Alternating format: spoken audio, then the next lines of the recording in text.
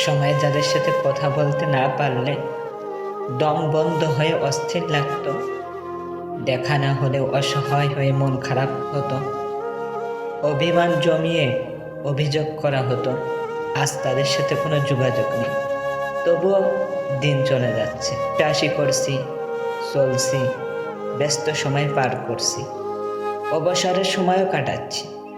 বরং এখন হুটহাট করে তাদের কথা মনে পড়লে বিরক্ত লাগে, অস্থির লাগে। তোমরা যারা বলো তাকে ছাড়া বাঁচতে পারবো না, কিংবা আমি বাঁচতে চাই না, তাদের বলছি কথাটা তিক্ত হলেও সত্য। তুমি যাদের ছাড়া বাঁচবে না বলে অভিযোগ করছো,